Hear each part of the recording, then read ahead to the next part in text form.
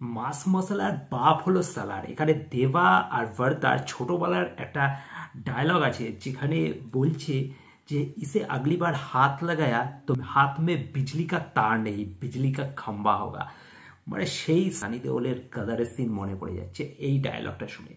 তো সালারের গল্প যদি এক লাইনে বলতে হয় তাহলে এখানে অবশ্যই বর্দার দেবার দুজনের বন্ধুত্বের গল্পই এটা মেনলি, এবং দুজন একেবারে জিগরি দোস্ত থেকে কি করে দুশ্মন হয়ে ওঠে সেইটা নিয়েই সালার। কিন্তু এই ফার্স্ট পার্টে কিন্তু তাদের দুশ্মনির কোনো কিছুই আমরা দেখতে পাইনি সেইভাবে, একটা জাস্ট আভাস দেওয়া হয়েছে যে তারা এখন দোস্ত থেকে দুশ্মন হয়ে গেছে, কিন্তু তাদের দুশ্মনী দেখতে হলে সেটা সেকেন্ড পার্টে দেখতে হবে। ফার্স্ট পার্টে শুধু তাদের বন্ধুত্বের গল্পটাকেই দেখানো হয়েছে।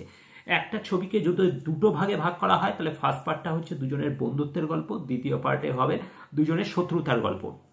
কিন্তু কথা হচ্ছে যে একটা এইভাবে আতখ্যাচড়া গল্পকে দেখিয়ে মানুষকে বোকা বানানোর কি মানে গল্পের মধ্যে প্রচুর মাস মশালা এলিমেন্ট রয়েছে, কিন্তু রাইটিং কি আদৌ ঠিকঠাক হলো? হ্যাঁ, কিছু কিছু ডায়লগ কিন্তু অবশ্যই ভালো। যেখানে একটা জায়গায় ডায়লগ আছে যে তুনে তো সবকো ড্রাগস দেकर পাগল বানা হ্যাঁ লেকিন ইয়ে पैदाइशी পাগল হ্যাঁ। তো এইরকম কিছু ডায়লগ আছে যেগুলো হলে বসে এনজয় করার মতো, এবং সত্যি সেইগুলো গুজবাম মোমেন্ট ক্রিয়েট করে, এবং ওই হয় না হাততালি সিটি, এরকম প্রচুর সিন রয়েছে যেখানে প্রভাসের প্রচুর অ্যাকশন মোমেন্ট রয়েছে যেগুলো দেখে সবাই হাততালি সিটি মারতে বাধ্য হবে। এবার কথা হচ্ছে যে এই গল্পের মধ্যে এমন কি আমরা পেলাম, প্রচুর মহাভারতের যে এলিমেন্ট থাকে ভাই ভাইয়ের মধ্যে শত্রুতা বা নিজেদের ফ্যামিলির মধ্যে গদির লড়াই, সেই বিষয়ে বস্তুটাই চলে আসছে সাউথের বহু সিনেমায়, আমরা সেগুলো পাই এবং এখানেও তার ব্যতিক্রম হয়নি। সেই বিষয়গুলো তো থাকছেই, পাশাপাশি বর্দা অর্থাৎ পৃথ্বীরাজ সুকুমার এবং প্রভাস অর্থাৎ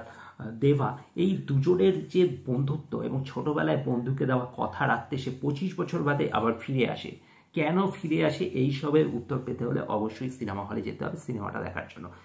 এর মধ্যে অনেক কিছু ঘটনা রয়েছে এবং শ্রুতি হাসানের একটা এন্ট্রি রয়েছে, যদিও তার সেরকম বিশেষ কিছুই ভূমিকা নেই, জাস্ট কিছু সিন তার রয়েছে, কিন্তু এখানে মেনলি দুজনের অর্থাৎ প্রভাস এবং পৃথ্বীরাজ সুকুমারের যে বন্ধুত্বর বন্ডিংটা সেটাকেই দেখানো হয়েছে। কিন্তু তাদের মধ্যে যে শত্রুতা তার একটা ঝলক দেখানো হয়েছে, তার একটা নিদর্শন দেখানো হয়েছে, কিন্তু সেইভাবে গল্পের মধ্যে কিন্তু আর কিছুই আমরা পাইনি।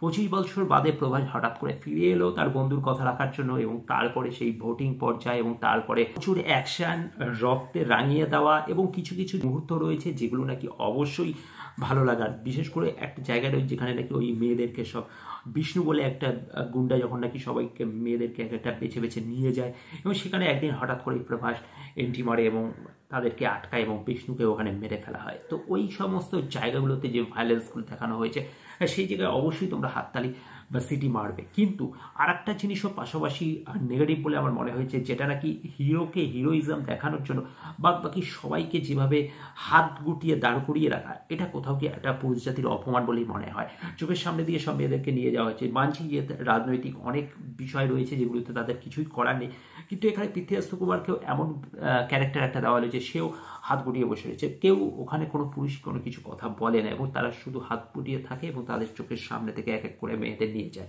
তো এই জায়গাগুলো কোথাও গিয়ে কি অ্যাটলিস্ট একটা প্রোটেস্ট সেই রকম কিন্তু আমরা কিছু দেখতে পারিনি। এখানে মহিলারা আটকাচ্ছে, বাধা দেওয়ার তাদের চেষ্টা করছে, কিন্তু পুরুষরা কিন্তু হাত গুটিয়ে দাঁড়িয়ে রয়েছে। এই জায়গাগুলোকে আমাদের সমাজ সভ্যতা কীভাবে নেবে আমি জানি না, কিন্তু হ্যাঁ এগুলো অবশ্যই এই সিনেমাগুলো যারা ওই এন্টারটেন করার জন্য যাবে তারা খুব এনজয় করবে, কিন্তু ওই গল্পের মধ্যে এমন কিছু আহামরি আমার রাইটিং লাগেনি যেটা মানুষকে ফার্স্ট টু লাস্ট বেঁধে রাখবে বা কোথাও গিয়ে ইমোশনালি কানেক্ট করতে পারবে। কারণ গল্পটা যখন স্টোরিটা শুরু হচ্ছে অনেক কিছু এলোমেলো থাকছে এবং আস্তে আস্তে সেই জটগুলোকে ছাড়ানো হচ্ছে, যত জট ছাড়ছে তত মানুষ এই গল্পটার ভিতরে কানেক্ট হতে পারবে। তো প্রথম থেকে কোথাও গিয়ে একটু এলোমেলো মনে হতে পারে, বা এই যে শ্রুতি হাসানের আশা হঠাৎ করে তার কোনো রেফারেন্স সেই তার যে বাবার সাথে যে শত্রুতা সেই রকম কিন্তু ডিটেলিং আমরা কিছু সেইভাবে দেখতে পাচ্ছি না। অর্থাৎ সেই বিষয়গুলোর জন্য আমাদের যদি সেকেন্ড পার্টের জন্য অপেক্ষা করতে হয় তাহলে ফার্স্ট পার্টটা বানানো কিসের জন্য? তো আমার মনে হয় এখানে এত বড় এত টাইম স্প্যান নিয়েও যেভাবে গল্পের পুরো ডিটেলিং হয় না, শুধুমাত্র হিরোইজম দেখানোর জন্য এক একটা সিনকে ডেভেলপ করতেই এতটা সময় লেগে যায়, আমার মনে হয় সেখানে কোথাও গিয়ে চিত্রনাট্যের তো দুর্বলতা রয়েছে। এখানে আরও কিছু ডিটেলিং দেখানো যেতে পারতো, বা অ্যাটলিস্ট বেসিক স্টোরিটা আমাদেরকে মেনলি বুঝিয়ে তারপরে হিরোইজম দেখানোর অনেক কিছু ছিল। যাই হোক, তার জন্য ওই যে সেকেন্ড পার্টে একটা টুইস্ট রেখে দেওয়া যে আবার মানুষ সেকেন্ড পার্ট দেখতে যাবে। তো এটা কোথাও গিয়ে একটা ওই ফ্র্যাঞ্চাইজি বিজনেসের ব্যাপার হয়ে দাঁড়ায়। এখন সিনেমার একটাই হিট পদ্ধতি, সেটা হচ্ছে যত পারো প্রচুর পরিমাণে ভায়োলেন্স দেখিয়ে দাও, মারপিট দেখিয়ে দাও, অ্যাকশন দেখিয়ে দাও, আর একটু অ্যাটিটিউড দেখিয়ে দাও হিরোর। মারপিট করতে করতেও সে মুখে একটা সিগারেট ধরালো, চশমাটা পড়লো, এই ধরনের কিছু অ্যাটিটিউড থাকবে, তাহলে ছবি এমনি হিট হয়ে যাবে। তার জন্য কোনো স্টোরি সেইভাবে ডেভেলপ করার দরকার নেই।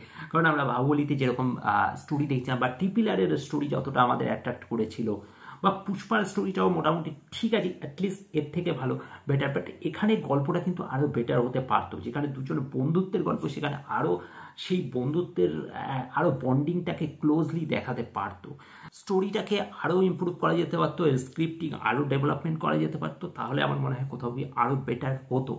কিন্তু জাস্ট ওই কিছু কিছু আগোছালো জিনিস রয়ে গেল, এবং আরও যেখানে শুধু হিরোকে প্রেজেন্ট করার জন্য তাকে বেশি ফুটেজ দেওয়া হলো, তো পৃথ্বীরাজ সুকুমারকে সেকেন্ড হাফের পরে আনা হয়েছে। তো আমার মনে হয় কোথাও গিয়ে তাদের পার্টটা কিন্তু বেশি এখানে ইম্পর্টেন্স ছিল, এবং প্রভাস যেহেতু এখানে সৈনিক হিসেবে কাজ করছে, তো তাকে একটু মানে লুকিয়ে রাখা যেতে পারতো, যে কিছু সময় বাদে তাকে আনা হতে পারতো। কিন্তু ওই হিরোকে ফার্স্টে দেখাতে হবে বলে তাকেই ফার্স্টে দেখিয়ে দেওয়া হলো। তো এখানে গিয়ে যদি পৃথ্বীরাজ সুকুমারের ঘটনাটা আগে দেখানো হতো, এবং তারপর যদি প্রভাসকে এখানে ব্যাক করানো হতো, তাহলে কোথাও গিয়ে বিষয়টা আর একটু জমে যেত, এবং এমনভাবে এন্ট্রিটা দিত যে সেইখানে আরও কিন্তু মাছ মশলা এলিমেন্টটা থাকতে পারতো। কিন্তু সেই রকম কিছু করা হয়নি, তার এন্ট্রিটা জাস্ট নর্মালি ছিল। কিন্তু যাই হোক, এটাই বলার ছিল যে স্ক্রিপ্টটা আরও জোরালো হতে পারতো কোথাও গিয়ে। কারণ বেসিক যে কনসেপ্টটা সেটা কিন্তু ভালো, খারাপ নয়, কিন্তু স্ক্রিপ্ট যদি আরও বেটার হতো তাহলে ছবিটা আরও দেখার জন্য বেটার লাগতো। এবার সবশেষে ওই একটাই কথা, যে যারা নাকি ওই হলে গিয়ে এনজয় করার জন্য, ওই সিটি মারের জন্য, হাততালি মারের জন্য যাবে, তাদের অবশ্যই তারা এনজয় করবে, এবং তাদের কিন্তু নিরাশ হতে হবে না। কিন্তু ভালো একটা ইমোশনাল হার্ট টাচিং গল্প আমরা যেরকম টাঙ্কিতে দেখেছিলাম, সেরকম গল্প যদি কেউ দেখতে চায়, তাহলে সেটা কিন্তু এখানে মিসিং আছে। তো গল্পের উপর আরও একটু জোর দেওয়া যেহেতু। যাই হোক, এটাই হচ্ছে মেন আমার বক্তব্য। তোমাদের মতামত অবশ্যই তোমরা কমেন্ট করে জানাতে ভুলবে না। ভিডিওটা ভালো লাগলে লাইক শেয়ার করে দেবে, চ্যানেলটা সাবস্ক্রাইব করে সাথে থাকবে। Thank you.